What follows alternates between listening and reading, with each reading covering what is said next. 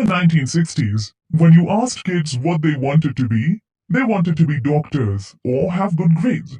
Everyone thought that getting good grades meant that they would make a lot of money. However, when these kids grow up and become doctors, most will struggle financially because they've always thought that more money could solve their problems. Today, kids want to be famous athletes, CEOs, movie stars, or rock stars.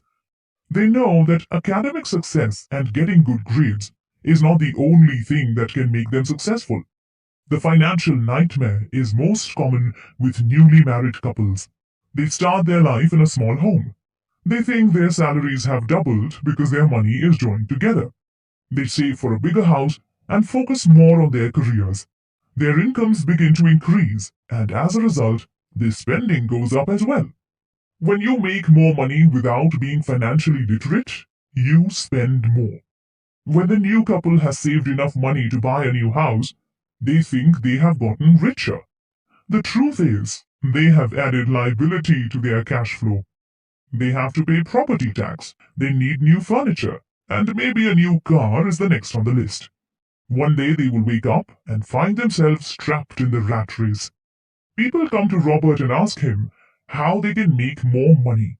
The problem is, they think more money will solve the problems they are having. Their problem isn't lack of money. Their biggest problem is they are not handling the money they have properly. There's a saying that describes this situation. When you find yourself in a deep hole, stop digging. According to psychiatrists, people fear rejection. They are afraid to be different or being judged. As a result, people tend to go with the flow. They take the path of least resistance, least judgment, and they want the same things their neighbors have. They think they need to buy a big house or a nice car or a boat because everyone else has them.